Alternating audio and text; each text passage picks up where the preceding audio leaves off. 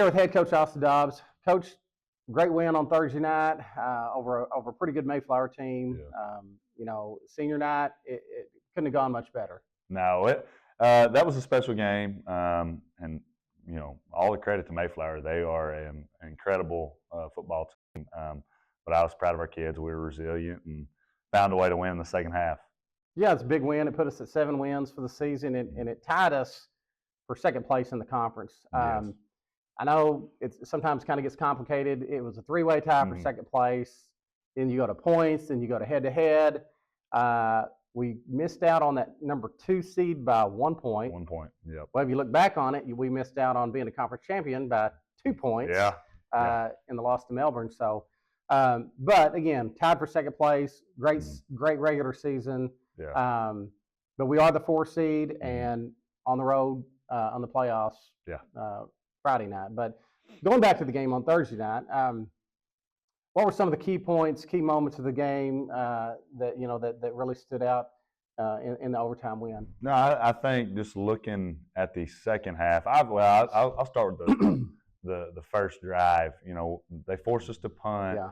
We punt. We kind of pin them deep, Right. and we get them to 4th down, and Mayflower decides to go for it. And the defense came up huge. I think it was Austin Martin Trussell came in.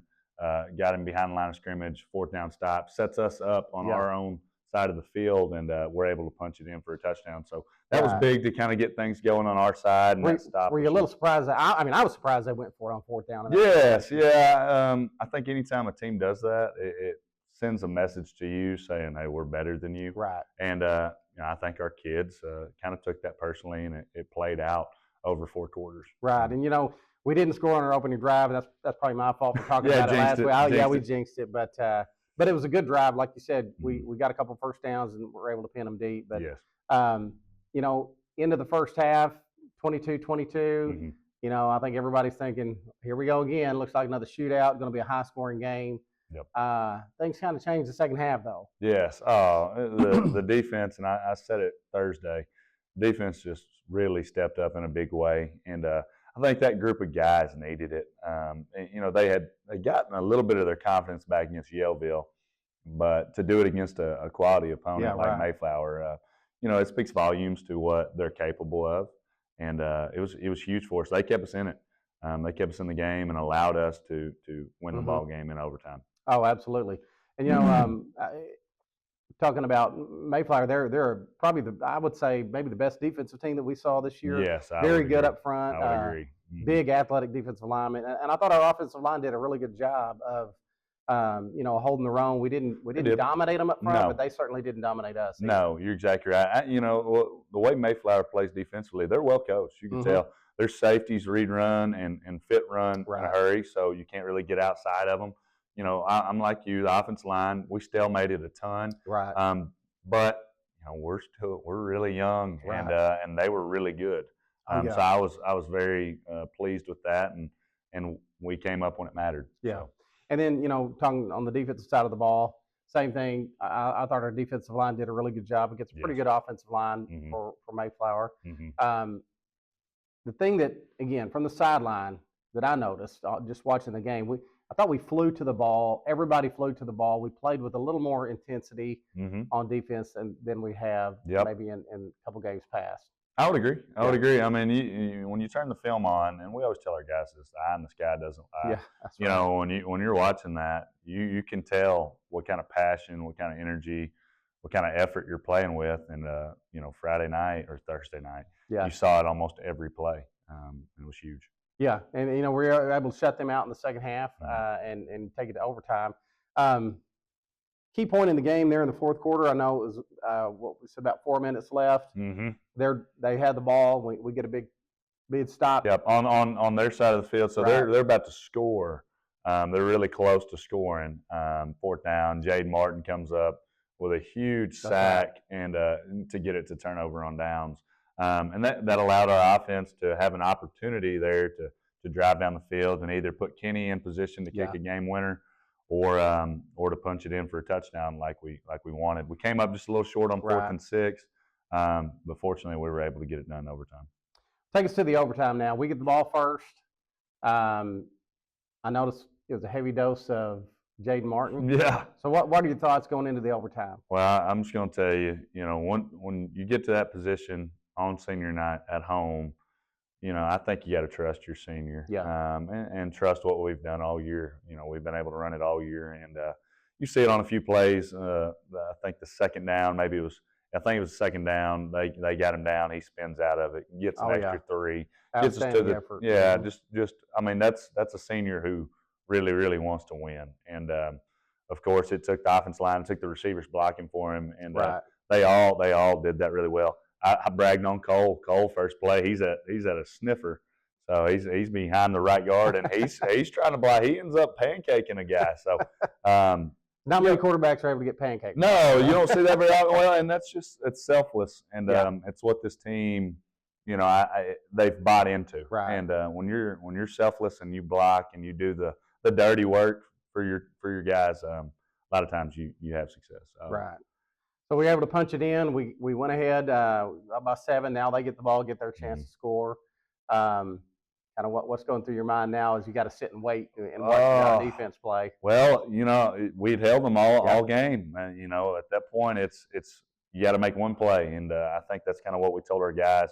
Of course, they have an incomplete pass to start it. They run it, and I think that the second down is really what sealed it for us, because I think they panicked a little bit on second down. We stopped them for about a 2-yard gain, and at that point, you got 2 shots at the end zone. Of course, on third down, if we don't get pressure on him, they have a receiver wide open in the back corner of the end zone. So I credit Dayton Rilings there.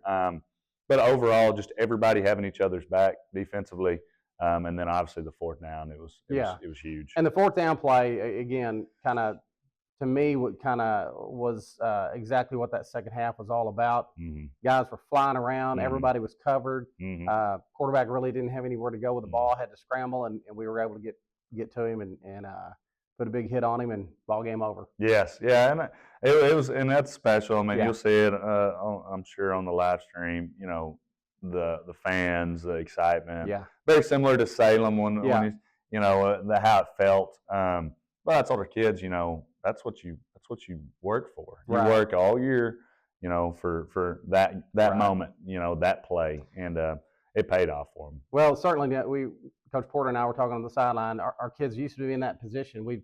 6 out of our 10 ball games, I believe, have come down to the last minute of the game. Yeah. And I think we've had 3 or 4 that have, at least 2 I know, or 3 that have come down to the last play of the game. So, being in that situation does help. We've come out ahead, and we've fallen short a couple of times. So, that's true. Again, we got Perryville this Friday night, a team that we beat week 1. I know that was a long time ago. Do you think it helps or hurts playing a familiar opponent like Perryville? That's hard. That's hard to answer. I don't know that there's a correct answer. It helps in some ways, but your advantages also are their advantages. That's right. They're familiar with you as well. I will say, being familiar with the team over time, you just begin to not like each other a little bit because you're so used to seeing each other, and so I think that's a good part of it. You're familiar with who you're playing, and of course, for Perryville, it's a game where this was their year, and we were able to pull out a win week 0, so they're going to be ready to go, and we better match it on the road. Yeah, I know they're going to want to avenge that week 1 loss. I mean, they probably felt like they let one slip away, and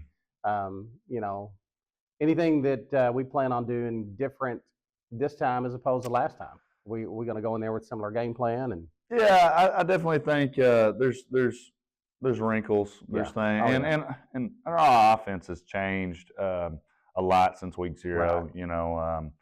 Jaden Martin, Mason Martin were never in the backfield as a quarterback. There's just several packages, several things that we've done a little differently since we played them. And I think obviously we're going to see how that works out Friday. And I'm sure they've done the same thing. Absolutely. That's just what you do. Yeah, you add to things as you go on, and some things work, some things don't. You scrap some things and add some things. Yeah. So that's exactly right. Well, we're looking forward to Friday night. Again, short drive out to Perryville. Come on out and support your Red Devils as they take on the Perryville Mustangs Friday night. Coach, great win again. Great. It feels good to be back in the playoffs. No, it does. Big. It does. It's big for our seniors too. Yep. Anytime you get to and you get to keep playing, try to keep playing for another week. You know, those seniors, they want it bad. So I'm very proud of them. Yeah, we're looking forward to it. Join us Friday night. The live stream will be up on Red Devil Media Productions. Until then, we'll see you.